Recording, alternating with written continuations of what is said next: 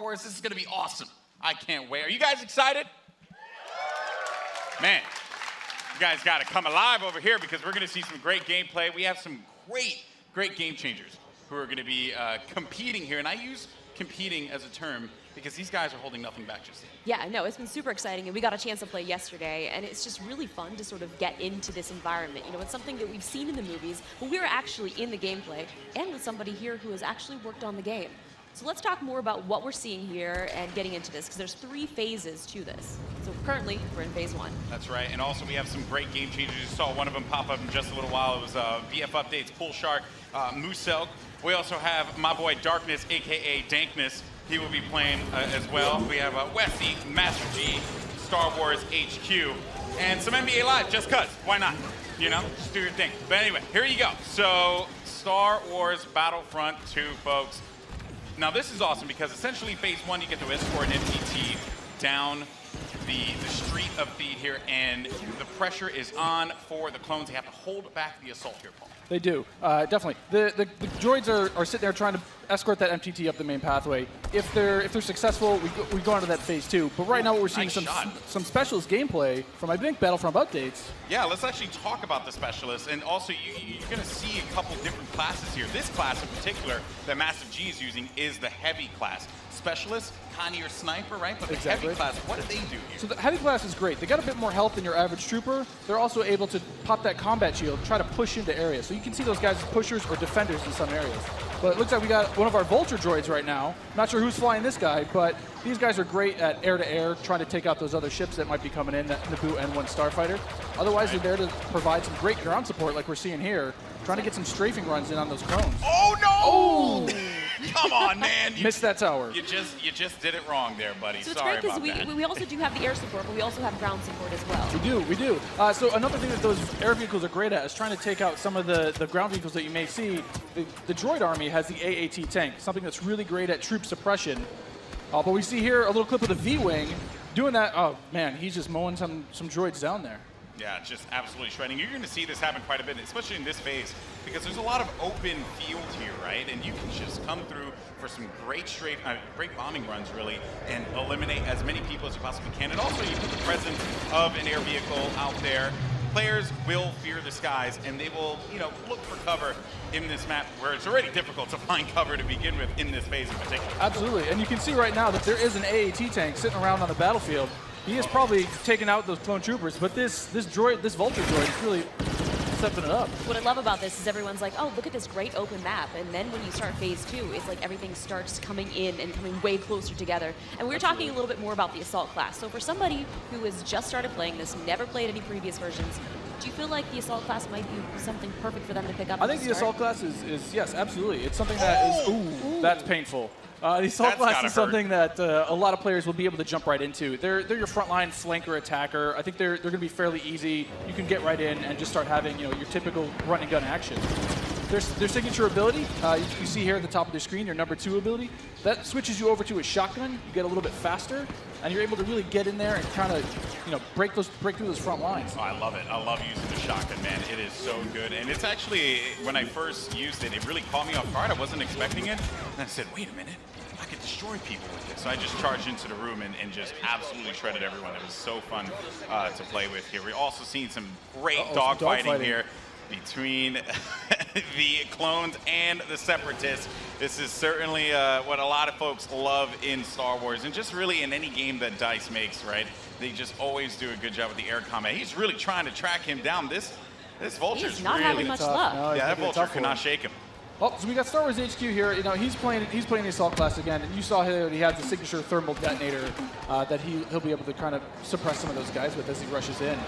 And there are different weapons as well. Like one of the guns that I would oftentimes use was the semi-automatic gun. It fired a lot slower, but you can get some great shots with it. And then there's also this nice compact SMG style blaster that really shreds through people in close range. I was using a little. I mean, we want to give you a little bit more weapon variety this time around, Yeah. Also, some AAT tank action here, and this is doing what it does best. He's suppressing that point, trying to keep those clones out of the way.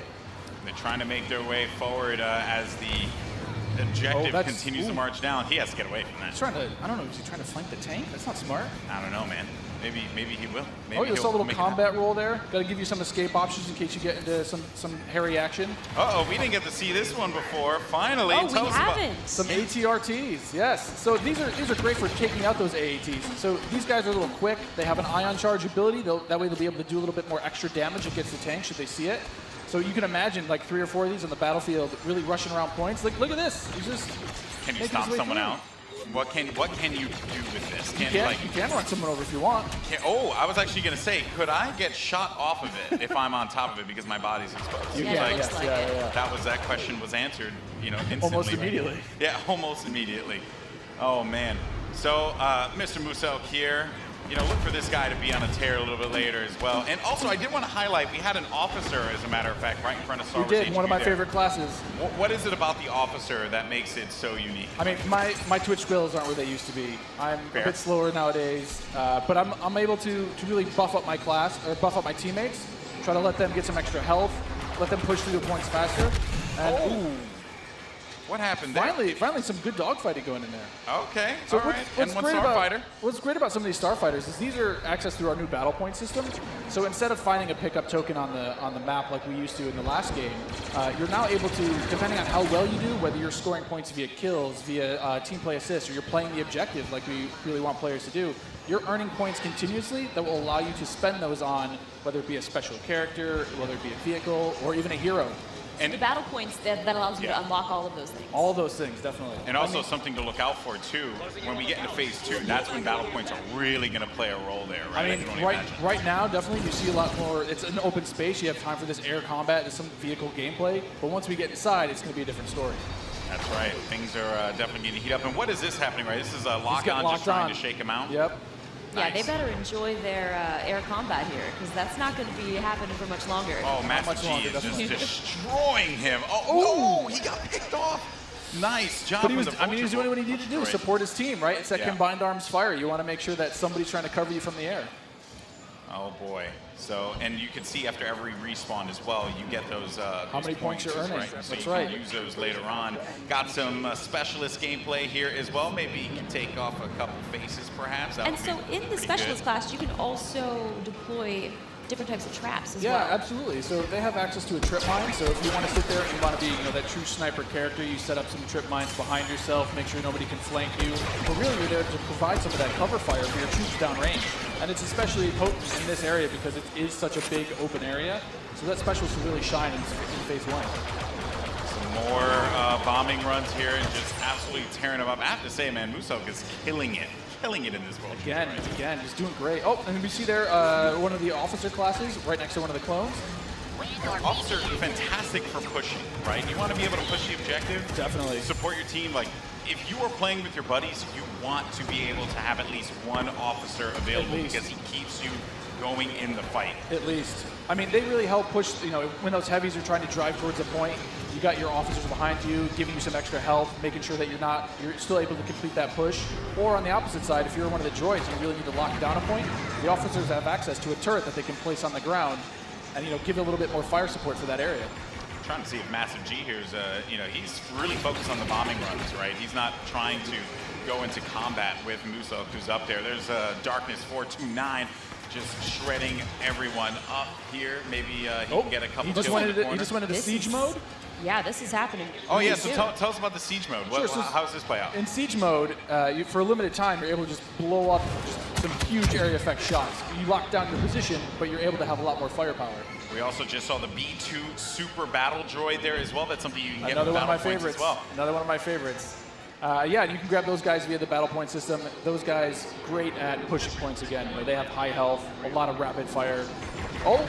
Here we go. Oh, there it is. And this big explosion indicates phase 1 is over. Now we start phase 2. And this is when the action really begins to pick up here because it gets really tight inside of that building and players need to be mindful of that and look for this B2 to just shred through everyone, especially with that cooling ability that he has, to be able to keep him just constantly shooting in the fight. He's gonna make a huge difference here as the fight moves inside. I mean, there's gonna be narrow pathways. He's gonna be able to just shred as soon as anybody gets in his way because it's those narrow corridors. It's gonna be trouble.